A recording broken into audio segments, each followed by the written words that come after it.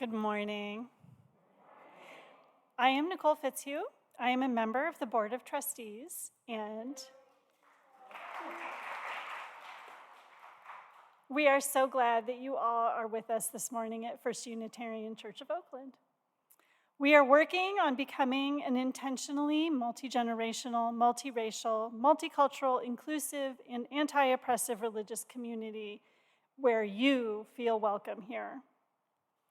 If you're a newcomer today, we invite you to fill out an online guest connection card.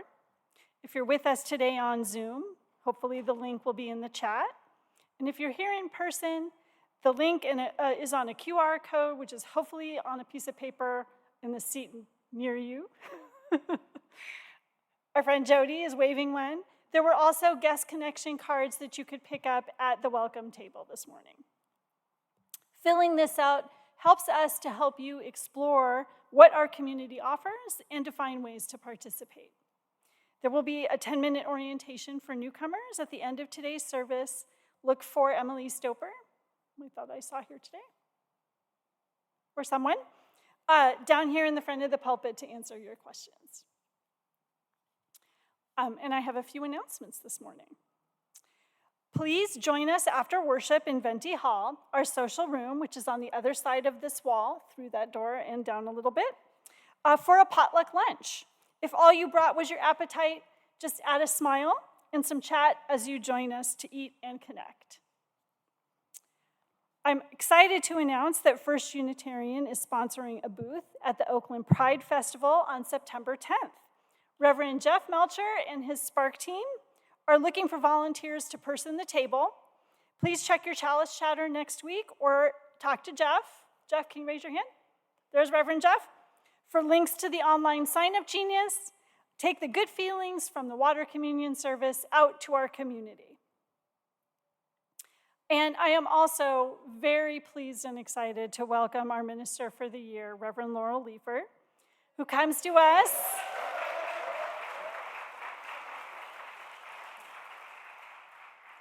as a former congregation member and as the retired minister of 10 years to a congregation, a UU congregation in Colorado.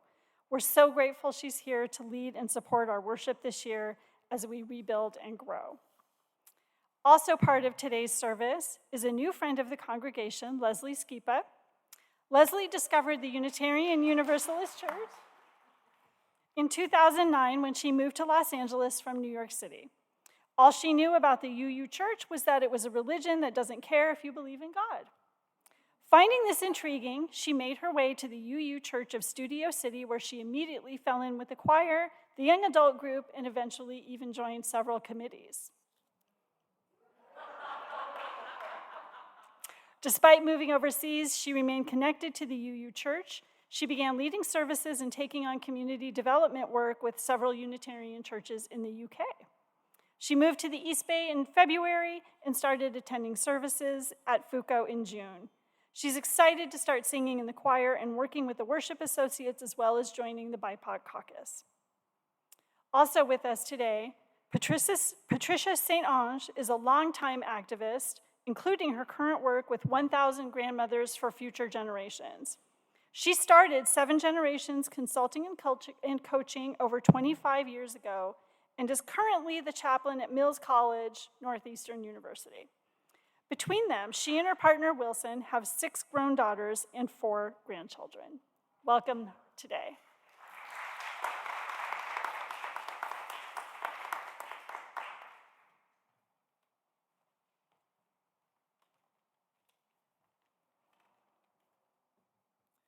Sego sewa guego.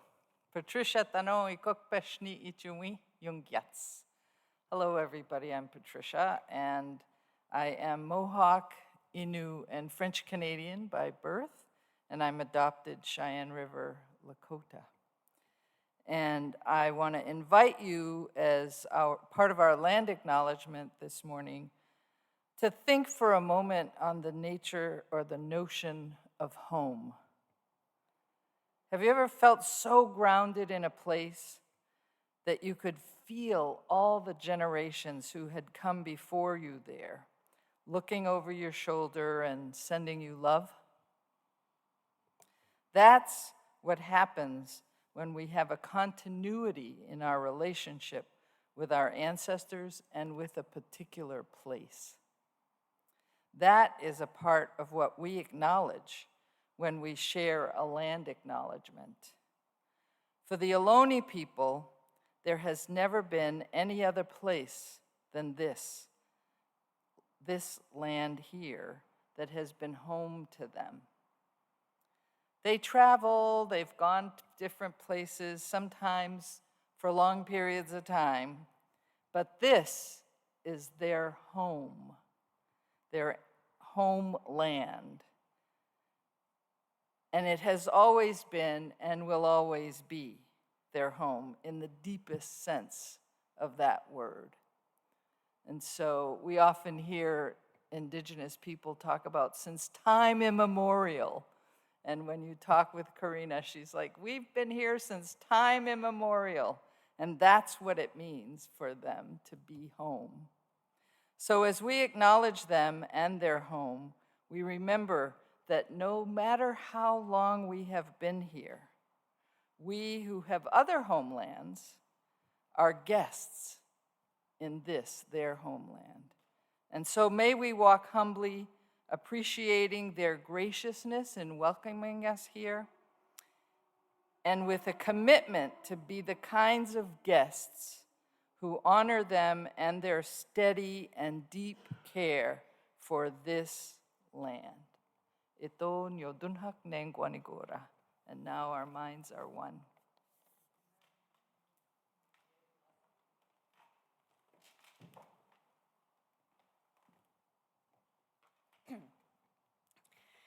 As Unitarian Universalists, we begin our time together by lighting our chalice, symbol of our UU faith. Please join me in reciting our chalice lighting words, and if you know the accompanying motions, please embody them as you are able. We light the chalice, symbol of Unitarian Universalism. May it remind us of the divine spark in all creation, the power of love to heal what is broken, and to be grateful for life's blessings each day.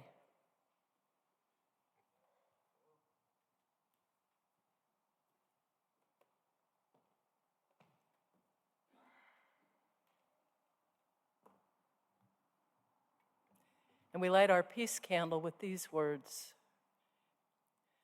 When the power of love overcomes the love of power, the world will know peace.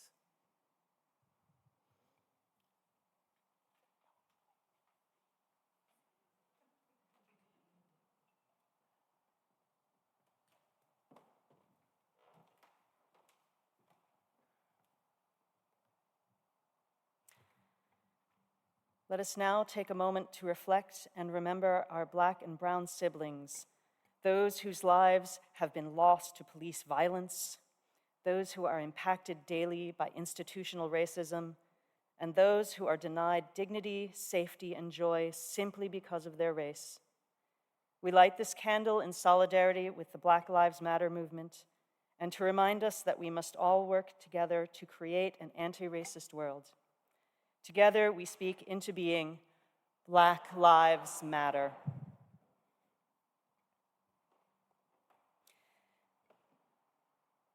Today we are Today we will begin our call to worship with the words of Eric Walker Wickstrom, Why We're Here.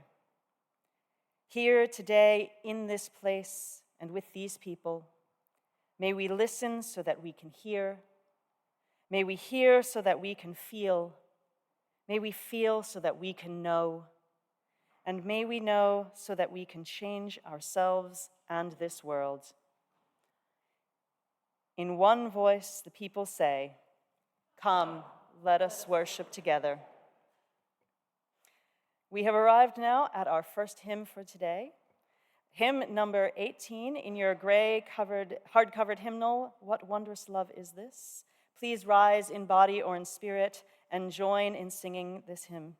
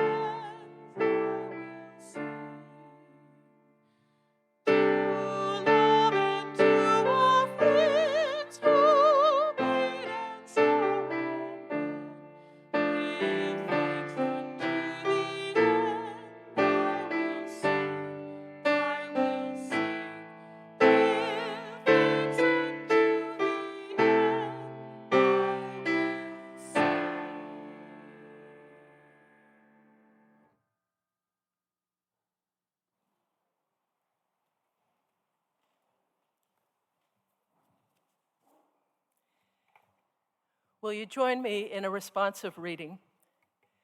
It's number 610 in the hard-covered hymnal, and I will begin, and then if you will respond, we'll take turns.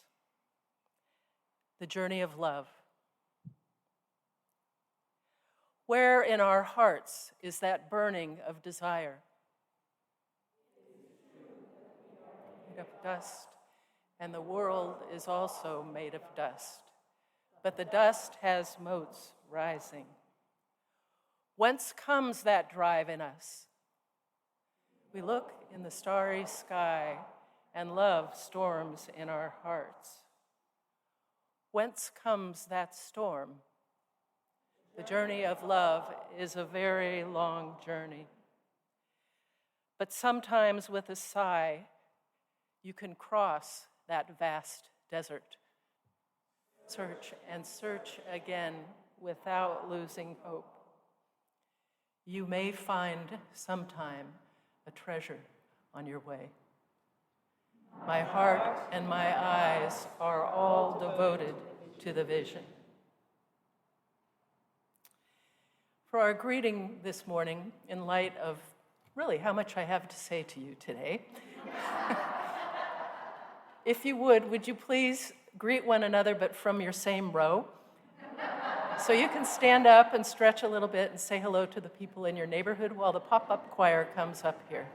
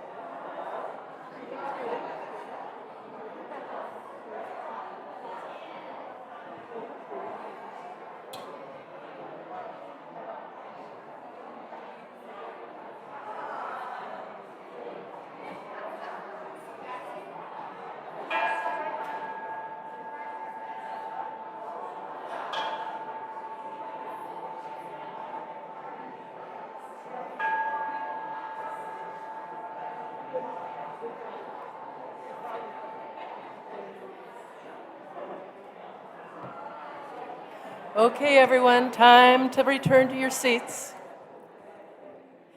You know, we do have a potluck after the service, so you can continue your conversations and greetings while we eat some good food.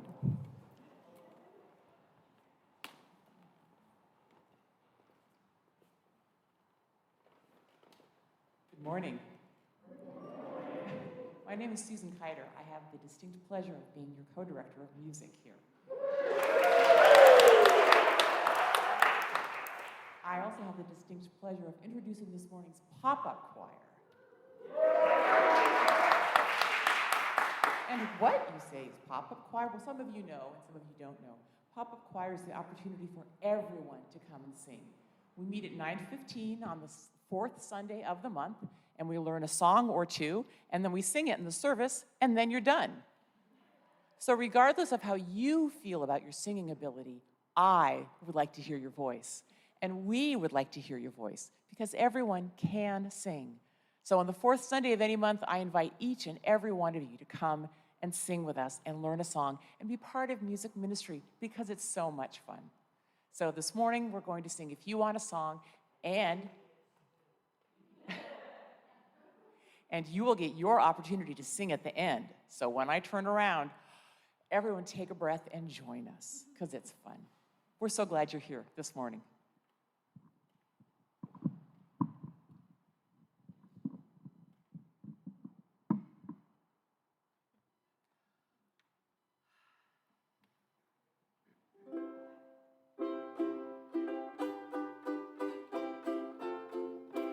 If you want a song, you gotta sing.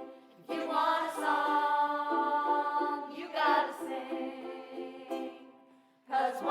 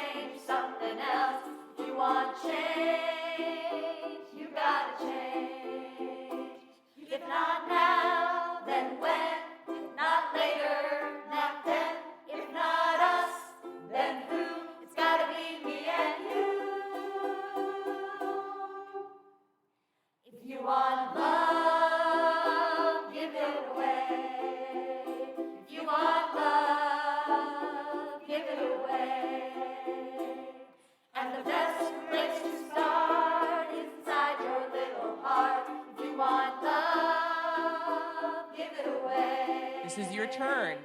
If you want want a song, you gotta sing. If you want a song, you gotta sing. 'Cause once you find your song, then the world can sing along. If you want a song, you gotta sing. If you want a song, you gotta sing.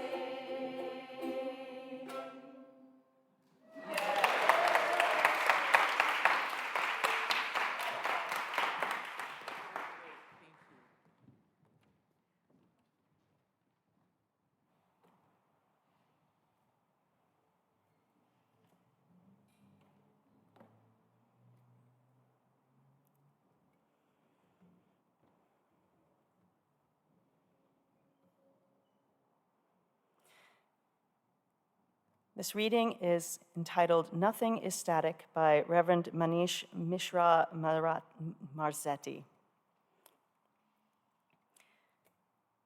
The ground shifts, sometimes slowly, sometimes like an earthquake, reminding us that the solidity we often love and seek is an illusion. The crumbling dust of the desert plains, the moist fertility of farmlands, the ending coastline of tidal shores are all changing.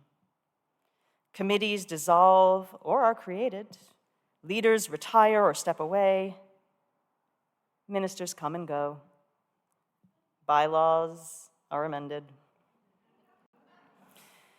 New experiences lead to new truths, which foster evolution. The natural course of life always pushes us toward greater understandings of what it means to be human. Everything about our existence points towards change, flexibility, and dynamic recreation. And it's hard, because change involves loss. Can we hold the losses well while not holding ourselves back?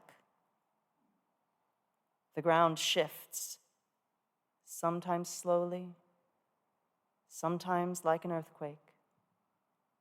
Nothing is static.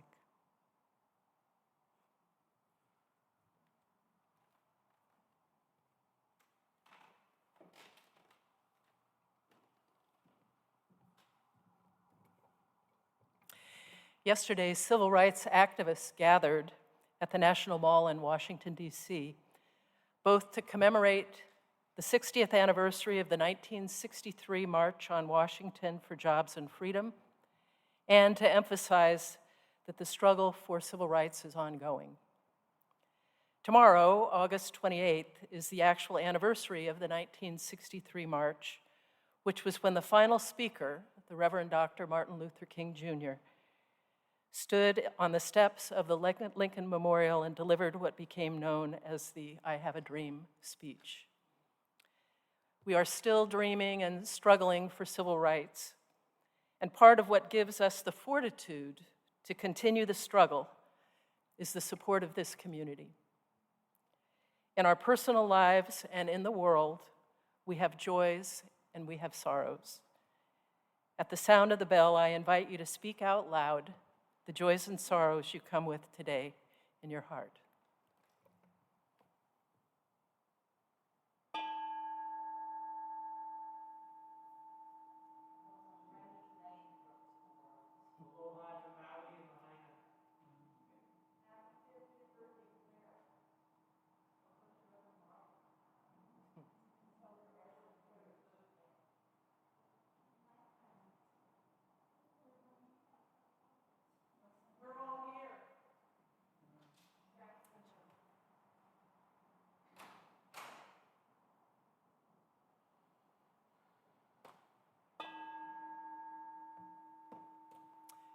For the words that have been spoken and those that remain in the silent sanctuaries of our hearts, we are grateful for the love and care of this community.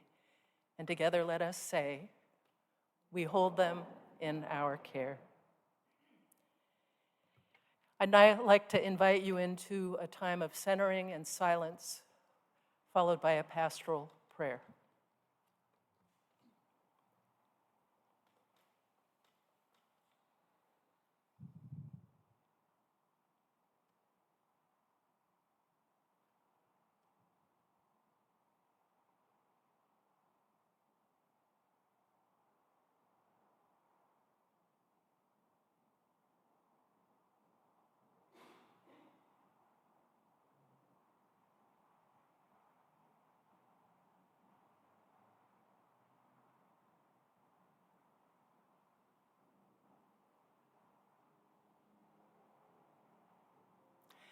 great mystery known by many names beyond all naming.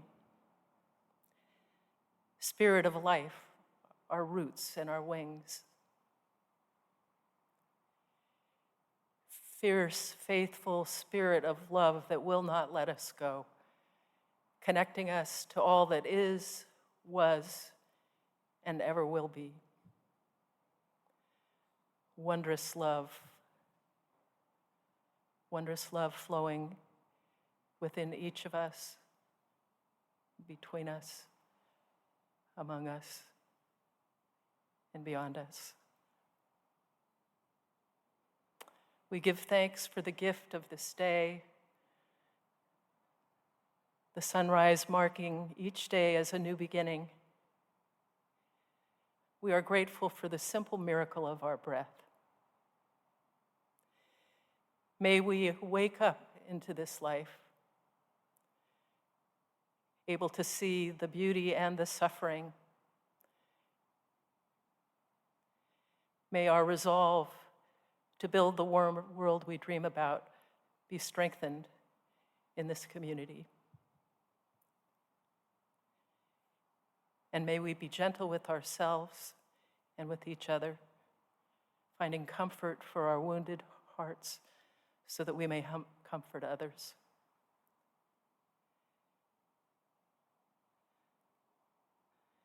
May we accept life's gifts with grace and gratitude and use them to bless the world in the spirit of love. Amen.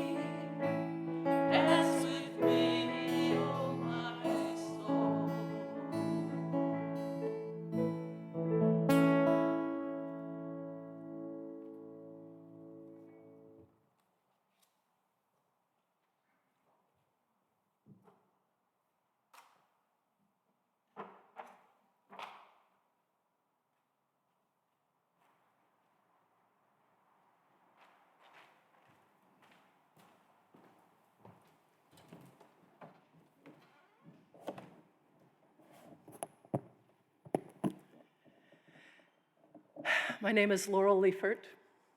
You can call me Laurel or Rev Laurel. I use the pronouns she, her, hers. I know it's highly unlikely that this congregation will call as its next minister an old, white, cisgender lesbian like me. But here I am. The board hired me to be a contract minister for the coming church year. My primary job responsibilities are to organize worship.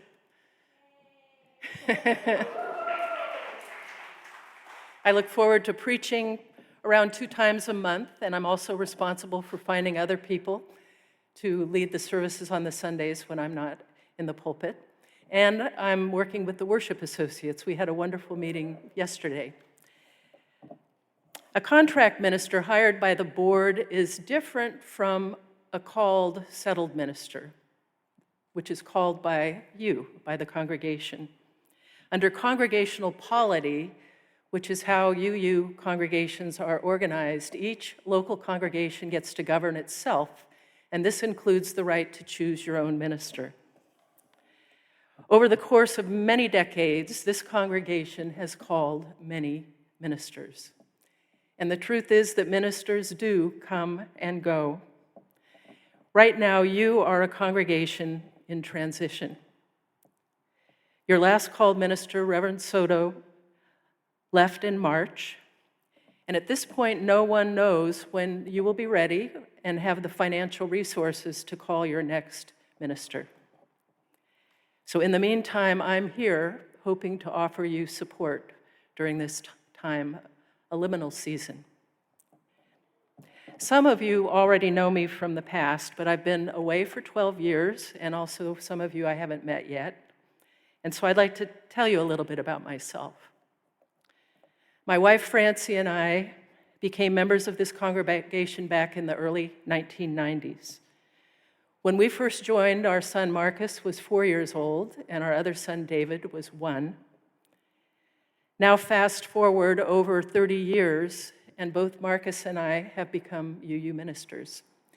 And in fact, at this very moment, while I'm here with you all in Oakland, Marcus is in Berkeley with his first Sunday at the Unitarian Universalist Church of Berkeley as their next called minister.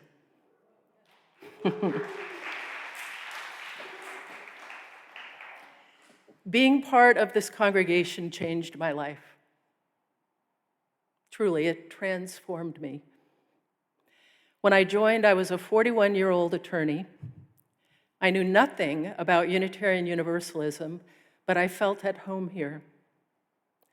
Over the next 10 years as a layperson, I volunteered enthusiastically for pretty much anything anyone can do. I taught religious education, I sang in the choir, and also with a group called Half Dozen of the Other. I served on the Committee of Shared Ministry. I was a congregational communicator for a ministerial search committee, and more. But the thing I loved the most was being a worship associate. When I was 51, I made the crazy leap of faith to go to Starr King School for the Ministry in Berkeley. In 2007, I graduated with a master's in divinity. I was ordained by this congregation in 2008, and this is my ordination stole. Francie made it for me, and a week before the ceremony, it was taken to the women's retreat, where the women blessed and charged it. For family reasons, it wasn't until 2010 when I began my search for a congregation. 2010 was a really hard year for me. In May, my father died. In June, my mother died. And in July, I lost the law teaching job that I'd held for more than 20 years. In August, I found myself a 60-year-old unemployed orphan. Clearly, the universe was telling me that it was finally time to find a congregation to serve, and so I did. On Mother's Day in 2001, May 9th, I was called unanimously to be the minister of the Namaqua Unitarian Universalist congregation in Loveland, Colorado. Francie and I sold our home in Berkeley, where we'd raised our 2 sons, and we moved to Loveland. I served as a minister there for 11 years, and then in June 2022, I retired and moved back here to the Bay Area. I absolutely loved being Namakwa's minister. Are you familiar with the quote attributed to Reverend Dr. Howard Thurman, the African-American theologian and preacher? He co-founded the first interfaith, interracial congregation in the United States, the Church for the Fellowship of All Peoples in San Francisco. I chose his words as the theme for my installation ceremony. Don't ask what the world needs. Ask what makes you come alive, and then go do that. Because what the world needs is people who have come alive.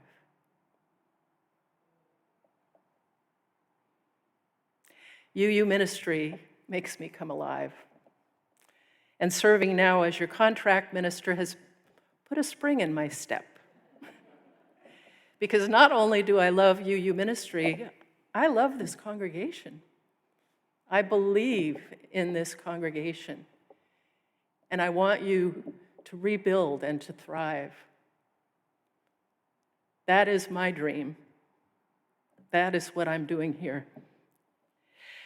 So during my first sermon at Namakwa, I introduced a concept that I would like to introduce to you all today. Have you ever heard of wabi-sabi?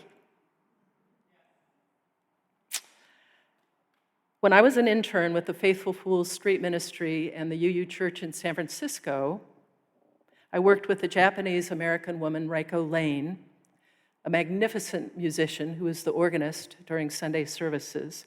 And it was Reiko who taught me about wabi-sabi. Wabi-sabi is a traditional Japanese aesthetic that finds beauty in things that are imperfect, impermanent, and incomplete. This idea of beauty is based on a worldview that peacefully accepts the natural cycles of growth and decay. Cracks and imperfections in objects are cherished as marks of the passage of time and loving use. Signs of age make objects and people more beautiful. When I included wabi-sabi as part of my first sermon in Colorado, it was because I wanted the congregation to know right from the beginning of our relationship that I was not perfect, that I would disappoint them, that our ministry together would not be perfect, that nothing is permanent, and that someday I would leave. And this morning, I want you to know that I hope that this will be true in the shared ministry that we do together as well. None of us is perfect. Our ministry together will not be perfect, and someday I will leave. This is a lesson that we learn again and again. Nothing is permanent. As in the reading that Leslie shared with us, nothing is static. The ground shifts, sometimes slowly, sometimes like an earthquake, reminding us that the solidity we often love and seek is an illusion. All of our lives are filled with change, with beginnings and endings, endings and beginnings. A classic book about how to navigate these changes in our lives was written by William Bridges, a white author who for a time served as an American literature professor at Mills College here in Oakland. The name of the book is Transitions, Making Sense of Life's Changes. Bridges makes a distinction between change and transition. Change is situational. It's an event, like the loss of a relationship, the death of a pet, of a parent, the birth of a child or grandchild, changing jobs, moving to a new home, getting sick, getting well again. So these are all events that are part of change. But transition, Bridges characterizes as psychological. So transitions refers to the inner work of reorienting to the change and redefining yourself. These are the inner tasks you have to go through to incorporate changes in your life. Quote, without a transition, a change is just a rearrangement of the furniture. Bridges identifies not 2, but 3 phases of any transition. There are not only endings and beginnings, there is also a liminal time, what he calls the neutral zone, in between endings and beginnings. In our culture, we tend to want to hurry through this middle phase. Bridges writes how the transition between an ending and a beginning can be seen as a kind of street crossing procedure. Once you step off the curb, you move as quickly as you can to the other side. Only a fool would sit down on the center line to think things over. But Bridges urges us not to rush to the other side. He encourages us to linger intentionally in this liminal season, even though it is uncomfortable. Because the neutral zone, this fallow time, can be incredibly rich and fertile. It can be a time to ask, what do you want? And don't be satisfied with your first answer. What do I want? What do I really, really want?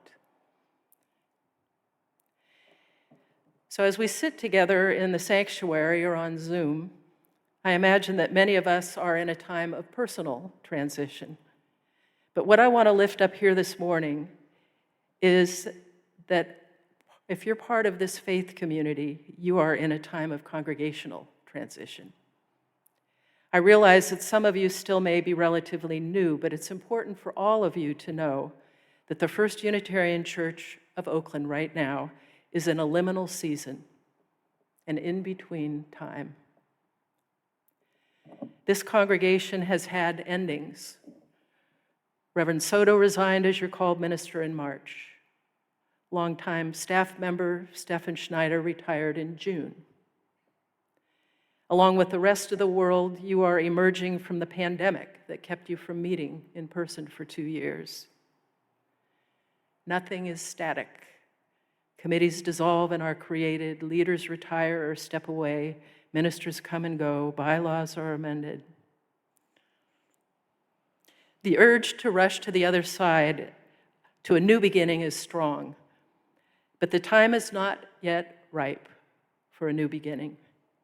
The time is not yet ripe for this congregation to call a new settled minister. There is much to process, both individually and as a community. There's grief, anger, frustration, confusion. Not all of you may be feeling these things, but they are part of the fabric of this community at this time. And all of this is taking place in the context of a rapidly changing, incredibly challenging, and frankly frightening time in the history of our country and of our world. Times like this, perhaps more than ever, we need each other, and we need community. Let me read you this congregational mission, which is the North Star: to build a radically inclusive community, to grow the beloved community by expanding the welcome table and deepening our commitments to countering oppression as an intentional, multiracial, multicultural, multi-generational congregation. To be able to move forward with this noble vision, there is healing and deep discernment to be done. But you are not alone. Did you know that this congregation has a team of 4 trained coaches helping you with the work of healing? They are part of the Unitarian Universalist Association program called Hope for Us to support congregations in crisis. In addition, the Pacific Western region of the UUA has a congregational life staff person charged with offering additional support and guidance during this time of transition. In fact, 2 weekends ago, the board and staff participated in a workshop they led to create what they called a liminal action plan. The other side of this transition will not simply be a rearrangement of the furniture. What we are about as a faith community is transformation, transforming ourselves so that we can transform the world. I'd like to close by sharing with you a Sufi parable. There was a little stream flowing through many mountains and valleys until it reached the sands of a desert. Every time the stream tried to cross the desert, the water sunk down into the sand. But the little stream was convinced that its destiny was to cross this desert to the other side. One day, a hidden voice in the desert whispered to the stream, "The wind crosses the desert, and so can you. You must allow yourself to be changed and carried by the wind to your destination."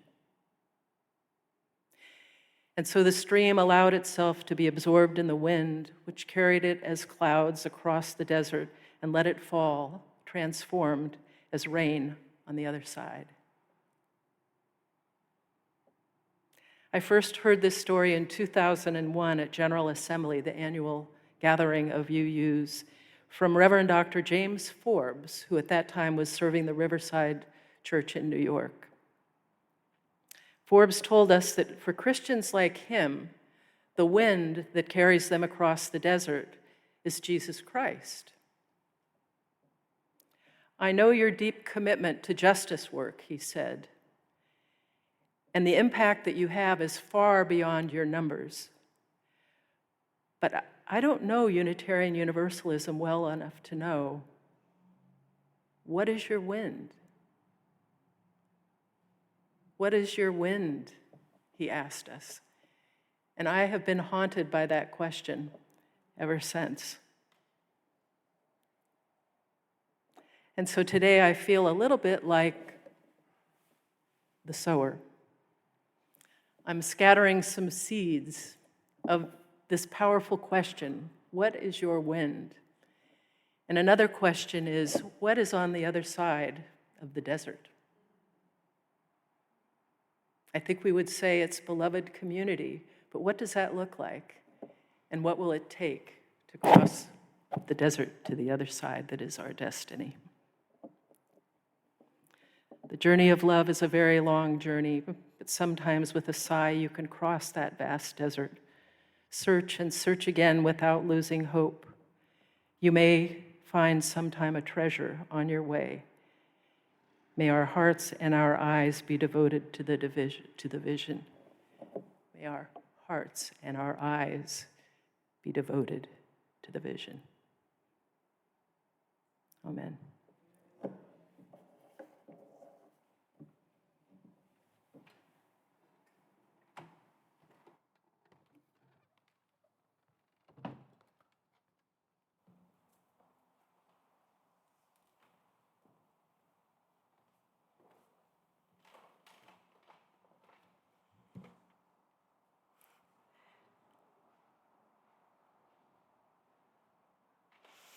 This moment in the service can be awkward, so I'm going to smooth it over by speaking a little bit about why I come to church. As Nicole mentioned earlier, I stumbled upon the Unitarian Universalist Church when I moved to LA in 2009. I knew almost no one in Los Angeles and was feeling isolated and frustrated in a city so different from the place I grew up, which was New York City. If you've ever been to either place, you know they're quite different. I was raised Catholic with a smattering of Santeria from my Puerto Rican mother's side of the family as my religious influences, and in my college days, I became a born-again Christian for a brief period of time, followed by a neo-pagan phase as well. Though none of these faiths stuck with me as spiritual paths, the thing that did resonate was the sense of community I felt when I was part of them. Having moved several times in my adulthood, I know firsthand how challenging it is to make new friends and build a community in a new place. Most adults have their friendships all locked up by age 30, and without a common link to tie us together like work or children, it's hard to find people able to carve out time to nurture a new friendship. When I first went to the UU Church of Studio City, I just wanted to go somewhere to be around people and maybe get some free coffee, and I didn't suspect I would end up wholly changed by that place. I have friends who will forever be close to me, forever be a part of me, that I met there. I have learned more about my own journey through my spiritual path, and I have found a community willing to push themselves to be brave and change the systems of oppression and white supremacy that dominate our culture. This is why I come to church. And without our generous contributions of time, energy, and money, the church would not be here to continue to provide a place to come together and support one another in beloved community.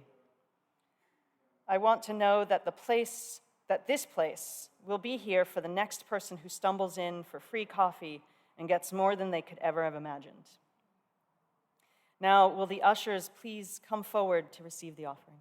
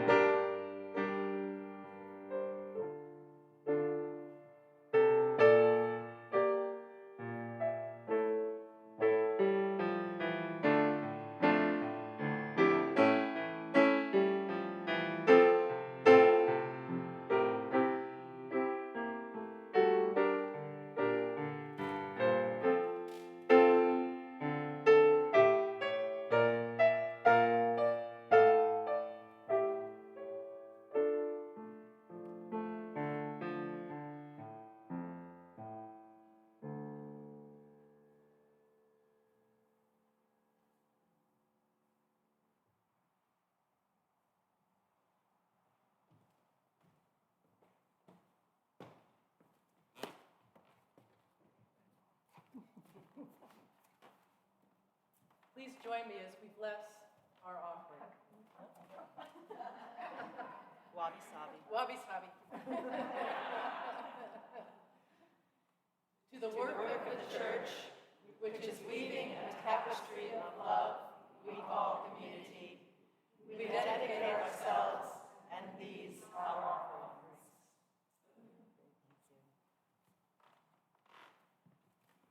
And now our closing hymn. It's number 108. My Life Goes On. In an endless song. Please rise as you're willing and able. Sing loud.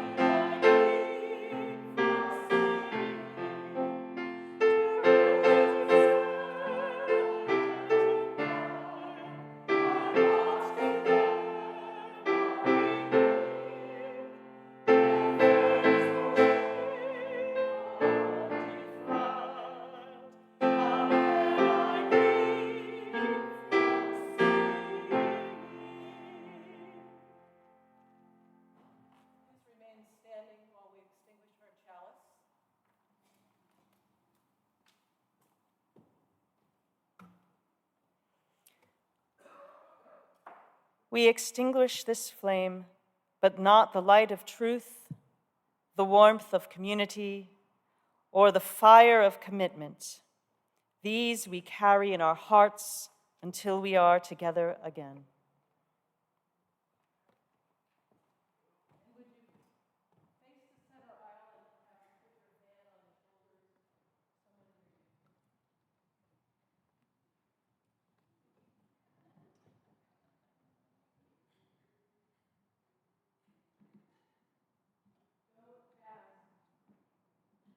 What the world needs.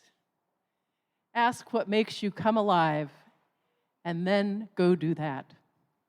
Because what the world needs is people who have come alive.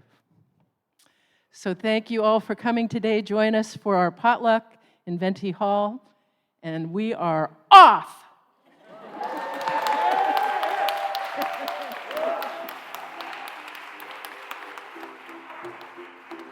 You want a song, you gotta sing. If you want a song, you gotta sing. 'Cause once you find your song, then the world can sing along. If you want a song, you gotta sing. If you want change, you gotta change.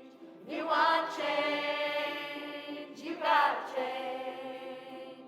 'Cause once you change yourself, you can change something else. You want change.